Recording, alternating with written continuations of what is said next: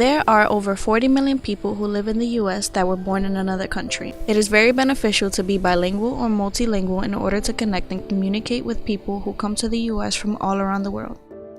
When seeking employment, employers ask if you are bilingual. It is profitable for their business, so they are able to spread their ideas and exchange with others from around the world. This country wasn't even started with English. If you look at Florida, San Agustin, the first by Ponce de Leon, that was Spanish. And then if you come up north, the schools were Dutch and German. There was no English. Learning about different cultures and being around other people of different backgrounds enables others to gain a more profound understanding of their own culture or other cultures. Any educator would tell you when you are bilingual, you are more creative because you have two creative pools of language where you can dip from. I write songs for Dora the Explorer. I loved working on that show because although it's not a bilingual show, she's bilingual. And she's a little girl, a Latina girl, who is a leader. And her leadership skills, her biggest leadership skill is that she's bilingual. Creativity and ideas are increased with the study of foreign languages. The more the brain is used, the better its function becomes. Learning new things such as language gives the brain a natural workout. People who work their brain out more by learning new languages and other information are more likely to remember names, facts, directions, and figures. The first language I spoke at home was Spanish. I remember when we got the first TV, and the first English I heard was watching Popeye cartoons. But I didn't know a lot of English, just a few little words. So when I got to kindergarten, I remember it clearly. I was trying to make friends. I was a friendly child, but it was almost like a dream when I remember it because no one understood me. People who learn more than one language are more social and communicate with others because they know for sure that they will be understood. What I've learned throughout the years is that language is our source of power as human beings because we have the ability to manifest through declaring, and that declaration happens in language. And the reason I'm saying all of that is because in certain languages there aren't words that exist. And there are certain words in English that don't exist in other languages. And so that's our way of communicating, our way of identifying, our way of relating. According to a study from the Penn State University, people who are multilingual and proficient at leaping from one language system to another are practicing at this very demanding work for the brain. People who have developed the ability to think in different languages and move from one to the other become much better multitaskers, reducing stress levels. You have criticized Governor Bush for speaking Spanish on the campaign trail. You said, quote, "He should really set an example by speaking English in the United States." What's wrong with speaking Spanish? Well, I think it's wonderful and all, but I did it a little bit half-heartedly, but I do mean it to a large extent. We have a country where to assimilate, you have to speak English. And I think that where he was and the way it came out didn't sound right to me. We have to have assimilation. To have a country, we have to have assimilation.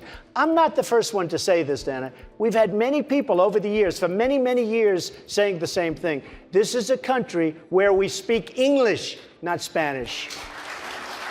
Well, I've been speaking English here tonight, and I'll keep speaking English, but the simple fact is if a high school kid asked me a question in Spanish, a school, by the way, a voucher program that was created under my watch, the largest voucher program in the country, where kids can go to a Christian school and they ask me a question in Spanish, I'm going to show respect and answer that question in Spanish, Dana, even though they do speak English and even though they embrace American values. This was a reporter, not a high school kid, by the way. Dana, I agree that English is the unifying language of our country and everyone should learn to speak it. It's important. I want to tell you a story about someone that didn't speak English that well. It was my grandfather. He came to this country in the 1960s as escaping Cuba. And he lived with us growing up.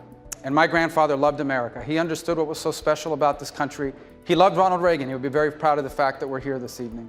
My grandfather instilled in me the belief that I was blessed to live in the one society in all of human history where even I, the son of a bartender and a maid, could aspire to have anything and be anything that I was willing to work hard to achieve. But he taught me that in Spanish because it was the language he was most comfortable in. And he became a conservative even though he got his news in Spanish. And so I do give interviews in Spanish, and here's why. Because I believe that free enterprise and limited government is the best way to help people who are trying to achieve upward mobility. And if they get their news in Spanish, I want them to hear that directly from me, not from a translator at Univision. Thank you, Senator Rubio. The moment you get here, there's only two colors and one language. And there's only white and anything that's not white. And the more not white you are, the less benefits you have.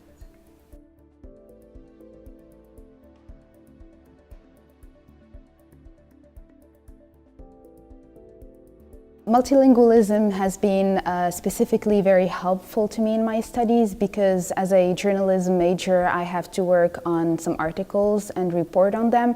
And I had many opportunities where my sources were only speaking one language, either French or Arabic. And so I had a special access to such sources because I was able to speak those different languages. Truth be told, we are domesticated creatures, and so we establish and we design our lifestyles according to what we're subjected to. So if you have the opportunity to learn something new, why wouldn't you?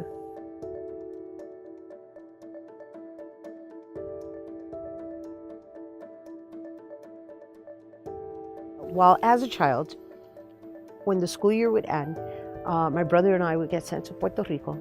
And it was kind of like, one way, kiddos. You may be there a month, you may be there the whole summer. And it used to be like, you know, because I didn't know what was in the pot, right? And so I was forced to have to learn the language, even though it was being spoken de vez en cuando, because again, my grandmother would speak to us in Spanish and we would respond in English. But being in Puerto Rico gave me no choice. If I needed to get my point across, I needed to find that word.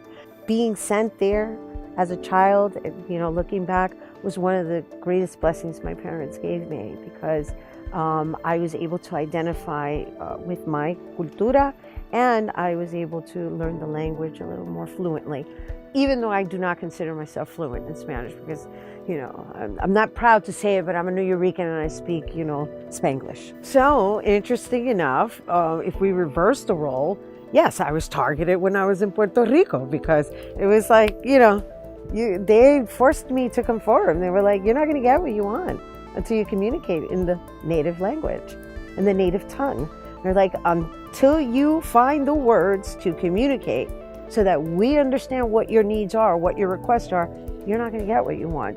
From 1965 to 2015, half of all U.S. immigrants came from Latin America, and 1/4 came from Asia.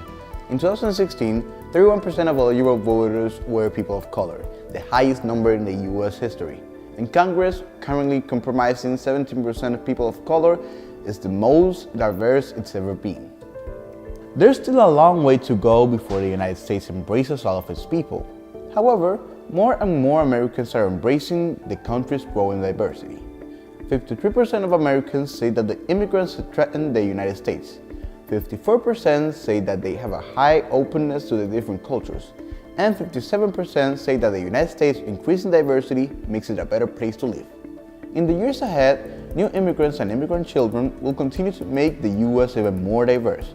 By 2055, no single racial or ethnic group will constitute the majority in the United States.